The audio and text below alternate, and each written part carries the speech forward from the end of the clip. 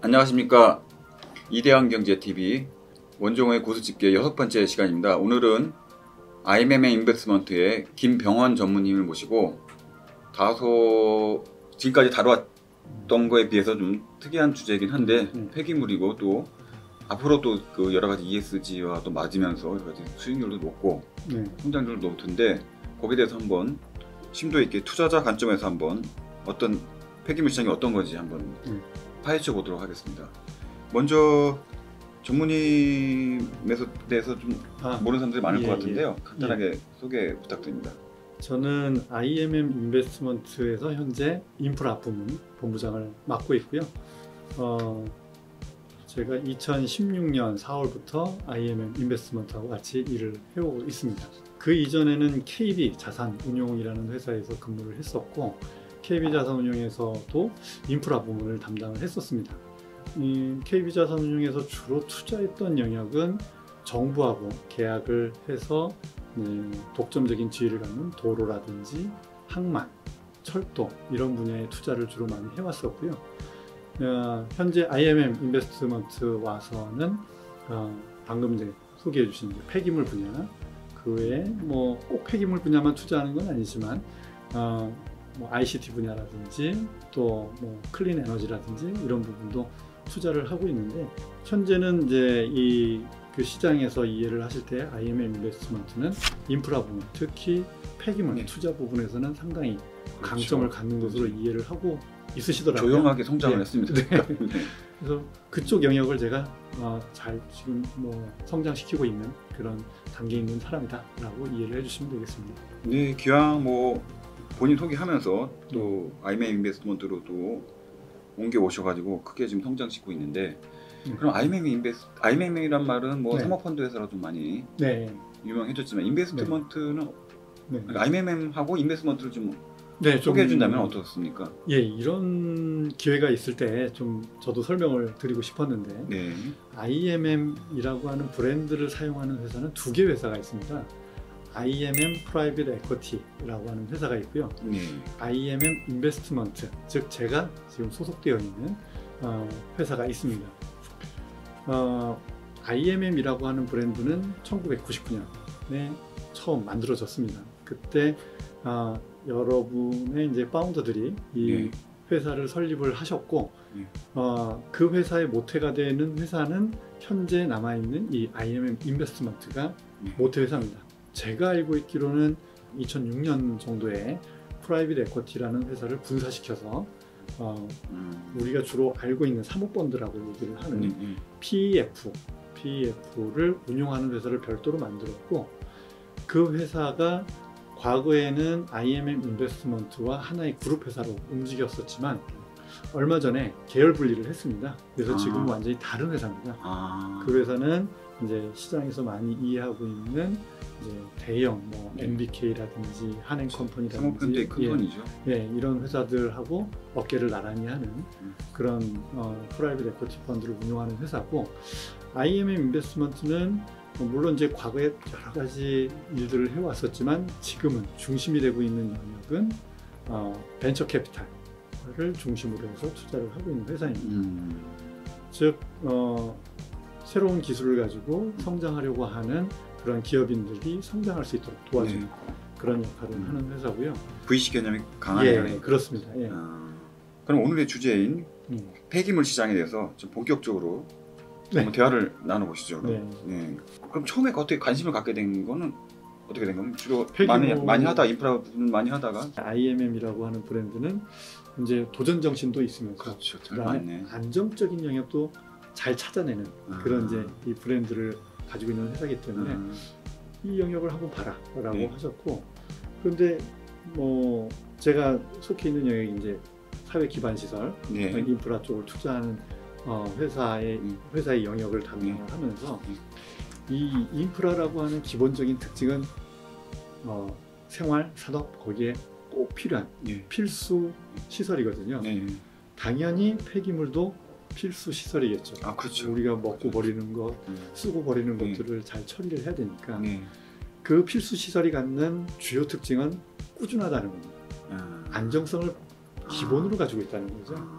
안정성을 기초적으로 가지고 있고 또 뭐 다른 사람들이 보기에 리스크가 있지만 그 리스크를 잘 관리를 하면은 성장시킬 수 있는 그런 영역이라는 것을 저희 대표님들이 인사이트를 가지고 네. 보신 거죠. 네.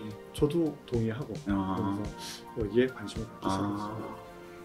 그래서 그럼 정확하게 폐기물 산업이라면 네. 어디까지를 지정을 네. 해야 되는 건지 한번 정의 내려보시면 어떻습니까? 예, 심플합니다. 이제 폐기물이 뭐냐? 뭐 법에서는 네. 폐기물이 뭐 사업 활동에 더 이상 필요하지 않게 된 물질, 네. 썼기 때문에 썩는데 네. 버리는 것들. 네. 뭐 쉽게 우리가 얘기하는 것은 쓰레기라고 표현되잖아요. 네. 그 쓰레기를 잘 처리하는 것이 폐기물 사업입니다. 네. 처리하는 방법이 근데 전통적으로는 세 가지 방법이 있습니다. 그 쓰레기를 재활용품 분류하고 그래서 네. 그 재활용품들을 다시 사용하는 네. 재활용 시장이 있고 네. 그 다음에 쓰레기를 뭐 아무 데도 쓸 데가 없으니까 과거에 많이 해왔던 방식이 버리는 거죠. 네. 딱 커다랗게 땅을 파가지고 그 땅에다가 버려서 안 보이게 그렇죠. 감추는 매립하는 거죠. 거죠. 매립. 맞습니다. 매립입니다. 그리고 이제 그 쓰레기 산이 만들어지는 과정을 겪었던 우리 선배님들이 봤을 때 야, 이렇게 쓰레기를 그냥 마구잡이로 버리다가는 묻을 땅이 없겠다 세상에. 태워서 부피를 줄여가지고 버리자. 예. 그래서 세 번째 방법이 바로 태우는 소각 방법이 네. 네. 있는 거죠. 크게 그래서 재활용, 매립, 소각 네. 이런 방식으로 처리하는 큰 카테고리가 바로 폐기물 사업인 거고요. 네. 재활용만 해도 우리가 얼마나 많이 있으니까 네. 플라스틱 재활용, 금속 재활용, 폐지 재활용 이런 다양한 산업들이 다 폐기물 산업이라는 거고요. 또 수직적으로 보면은 폐기물을 버렸습니다. 하지만 그 쓰레기를 가져가는 사람이 있는 거잖아요. 네. 이걸 수지분반이라고 네, 얘기를 네, 합니다. 근데 우리 동네에 와서 수지분반을 하는 사람은 과거에 기억을 하실지 모르겠지만 농마주의라고 하는 네. 사람들이 있었어요. 네. 커다란 이제 그 뭐 바구니를 등에다 메고 네. 맞습니다. 쓰레기를 이렇게 뭐 재활용할 만한 거 모아서 가는 네. 것처럼 지금도 동네 방방곡곡을 다니는 작은 차량들이 있습니다. 네. 작은 차량, 소상들이죠. 네. 작은 차량들이 있고 그것을 모아서 환적장이라는 곳에서 다시 큰 차량으로 모으고 그 큰 차량에서 이것을 다시 선별을 하는 선별장으로 보내주는 대상들이 있거든요. 이 사람들이 다 폐기물 산업의 다 한 영역들을 담당을 하고 있는 거죠.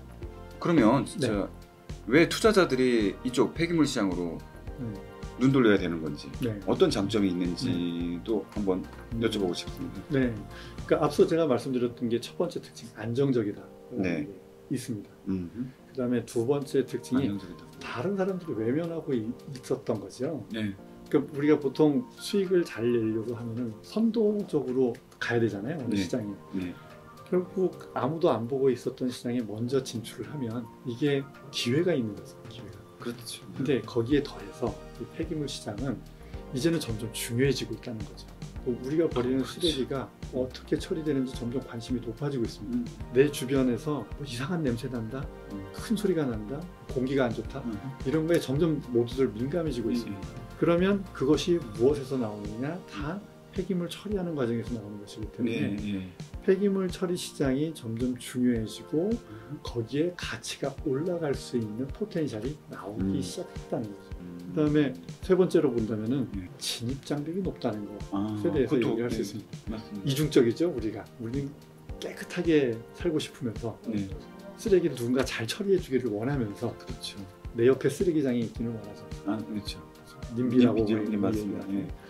그 얘기는 누군가가 이 사업이 이제 성장할 만해 라고 들어오고 싶어도 이 민원들 때문에 들어오기가 어렵습니다. 플러스 정부에서는 잘 처리하는 게 바로 국민을 위해서 필요한 일이거든요. 제대로 자격을 갖춘 사람이 처리를 해야 됩니다. 그럼 자격을 갖춘 사람이라고 한다면 시설을 제대로 갖추고서 처리할 수 있는 능력을 가진 사람. 그래서 인허가 사업이라고 얘기를 하거든요. 폐기물 산업은. 그럼 인허가를 갖추려면은 결국 시설을 크게 잘 가지고 있어야 되거든요. 그럼 시설을 잘 가지고 있는 데는 뭐가 필요하겠습니까? 돈이 들어가거든요.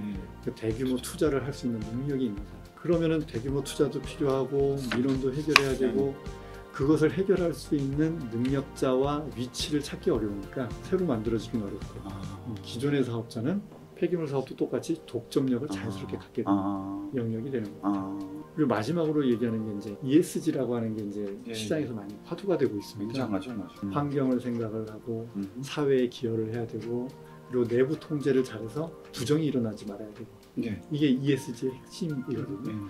ESG를 관리를 잘하는 회사가 투자자가 보기에 가치 있는 상품이거든요. 네. 그러니까 돈 그냥 얼마 투자해서 얼마의 이익을 낸다에 플러스해서 사회에 얼마만큼 잘 기여하고 환경에 기여하고 그리고 투명하게 관리를 하느냐 그 기업에 대한 가치는 더해지는 겁니다. 투자자 입장에서 보면 착한 투자가 네, 되는 거죠. 네. 그러면 착한 투자도 하고 이익도 잘 내고 그러면 안 할 이유가 없는 거죠. 네. 투자자가 지금 시장에서 보면 관심을 갖는 이유가 와, 여러 가지 장점들이 다 네. 딱 거기에 딱 맞는 상품이네요. 예. 그럼 최근에 요즘 시장 동향이 어떤지 좀 한번 짚어보고 싶은데요. 예. 제가 뭐 이쪽에 투자를 하고 있으니까 계속 동향에 대해서 지켜보고 있고요. 작년에는 이제 큰 거래가 3건이 있었습니다. 네. 뭐 아시는 분은 다 아시겠지만 이 글로벌 펀드 중에 KKR이라는 펀드가 있었는데 그 KKR이라는 펀드가 이미 또 글로벌 펀드인 앵커스 파트너스가 이미 투자했던 의료 사업 부분을 거래를 했어요. 어떤 사업이냐면 이제 ESG 청원이라고 하는 이제 덩치가 있는 거래를 했는데 보통 이제 우리가 이런 PEF가 거래를 할 때 물론 회사의 가치를 측정하는 여러 가지 방식이 있지만 회사가 만들어내는 현금의 뭐 몇 배 이런 식의 거래를 많이 하거든요. 그것을 우리가 표현할 때 EV, EBITDA, 멀티플이라고 얘기를 합니다. 그 거래가 상당히 이제 높은 수준, 17배 정도의 거래를 했습니다. 멀티플 17배다. 자, 그러면은 EV, EBITDA가 뭐 얘가 17배가 그럼 높은 숫자냐, 낮은 숫자냐 좀 생각하기가 비교를 해봐야 어려운데 쉽게 얘기하면은 현금을 창출하는 능력과 이제 회사의 가치를 얘기를 한 건데 회사의 가치가 에비타의 17배라는 얘기는 17년 정도 걸리면 회수를 한다는 얘기입니다. 17년은 굉장히 긴 시간이죠. 기업 인수에서. 기업 인수에서 17년 동안 투자를 해서 이제 회수를 하려고 하는 긴 기간인데 그럼 다른 회사는 몇 배의 거래를 하나? 이제 이런 게 궁금해질 수 있는데 과거에 처음에 폐기물 시장에 진입을 할 때 그때 보통 거래하는 배수가 6배였습니다. 6배면 6년이면 회수할 수 있는 기간이거든요. 야, 6년이면 회수할 수 있는 그때 거래 배수에 비해서 지금은 17배의 거래를 한다? 도대체 뭐가 있어서 거래를 하느냐? 그만큼 이 시장의 성장성에 대해서 믿음이 있는 거죠. 즉 내가 지금 17배에 사더라도 이 시장이 성장을 해서 그리고 이 회사를 잘 성장시키면 나중에 6배의 거래를 하더라도 이익을 볼 수 있다라고 하는 자신감들이 있다는 얘기죠. 근데 그러한 자신감이 한 번 있었던 게 아니고 작년에 있었던 큰 거래, EMC 홀딩스 거래, 지금 단일권이 아니라 옛날에는 SK건설이지만 지금은 SK 에코 플랜트 거기에서 매수를 EMC도 상당히 높은 매수의 거래를 했었고 코엔텍이라고 하는 데서도 맥쿼리가 들고 있었던 자산인데 이것을 IS 동서가 매수를 했습니다. 상당히 높은 매수. 근데 여기에서 처음에 말씀드렸었던 ESG와 ESG 청원 거래는 펀드에서 펀드로 거래가 이루어졌습니다. 그런데 뒤에 말씀드린 두 개는 EMC 홀딩스랑 코엔텍은 SI가 즉 건설 영역을 영위하는 회사들이 샀습니다. 그 얘기는 뭐냐면 건설 회사들이 이익을 낼 수 있는 다변화 사업 아이템으로 중요하게 보시는 거죠. 그리고 또 제가 보기에는 오히려 펀드보다는 건설 회사들이 더 성장시킬 수 있는 포텐셜이 있다고 합니다. 기술력을 가지고 있거든요.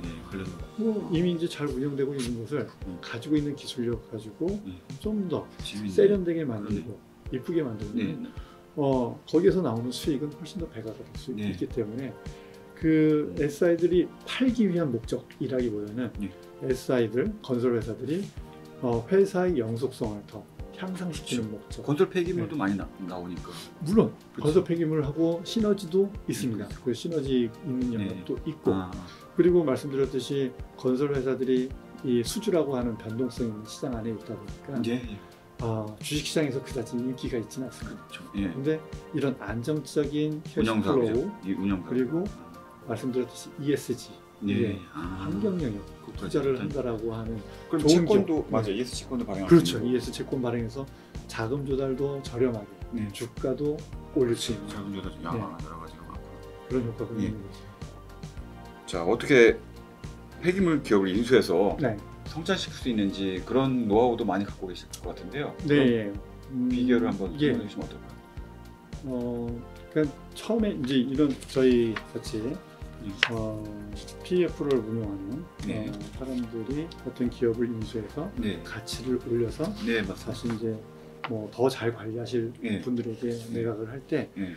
기본적으로 생각하는 것은 네. 과거에는 시장의 트렌드에 맞춰서 시장이 가치가 낮을 때 기업을 매수를 해서 맞습니다. 가치가 이제 시장 가치가 올라갔을 때 매각하는 그렇죠. 그런 이제 단순한 방법을 과거에는 많이 추구를 했었습니다. 네. 근데 지금은 이렇게 이제 기업을 인수해서 네. 매각하는 비즈니스에 관심을 갖는 네. 투자자들이 많이 있기 때문에 현재는 그 기업을 어떻게 잘 관리해서 성장시킬 수 있는 PF가 누구냐가 더 중요해지는 시대가 이미 됐고요. 그래서 저희가 가지고 있는 첫 번째 전략은 작은 회사들이거든요. 아직은 이제 관심도가 적어서 작은 회사들을 계속 투자해서 확장을 해서 좀 더 볼륨을 키워서 심플하게 보면은 규모의 경제를 통해서 가치를 올리는 것을 생각을 첫 번째로 했습니다. 그 다음에 두 번째는 이제 동일한 종류는 단순하게 규모의 경제만 있지만 네.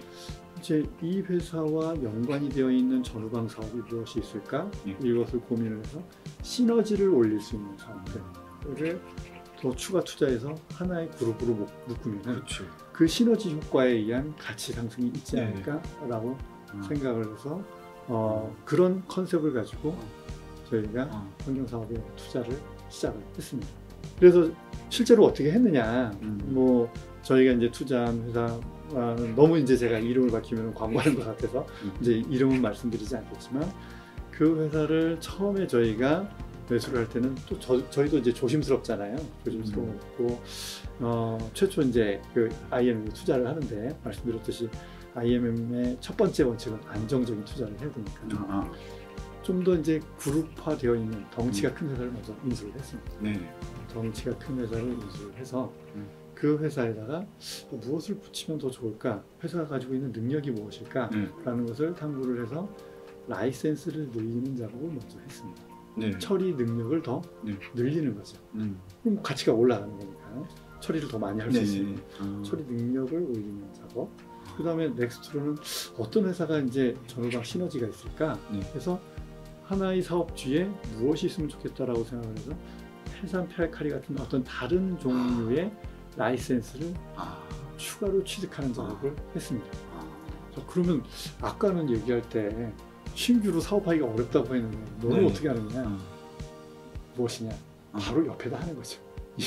이미 이제 있으니까. 옆에 그 폐기물을 처리하는 사업장이 있으니까 옆에다가 새로 라이센스를 구하겠습니다. 라고 이제 이미 주민들하고 커뮤니케이션을 잘해서 우리 동네에 뭐 소각하는 회사가 있는 거 알고 있고 거기에 뭐 해산도 처리를 한다고 하는데 그동안 이 회사 잘 해왔으니까 그것도 뭐 내가 동의해줄게 이렇게 받을 수 있게 하고 그리고 이미 주민동의도 다 필요 과정이죠. 주민동의가 법률적으로 필요하지는 않지만 민원을 받아야 되니까 사전에 이제 동의를 받고 진행을 하거든요. 이런 식으로 해서 라이센스를 더 늘리는 것.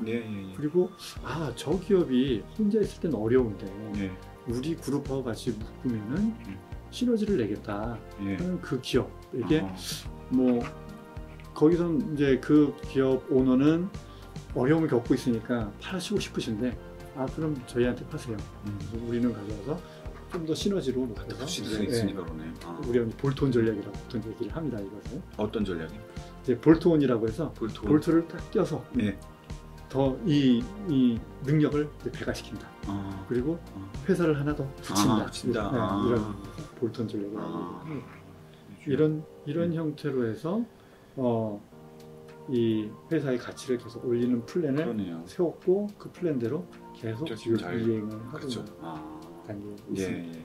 그래서 오늘 시간 얼추 다 되었는데 좋은 폐기물 해서 어느 정도는 이제 전보다는 좀 많이 지식이 됐는데 앞으로 저희도 열심히 저희 지면을 통해서 폐기물 산업에 대해서 많이 공부도 하고 소개도 하는 그런 시간 갖겠습니다.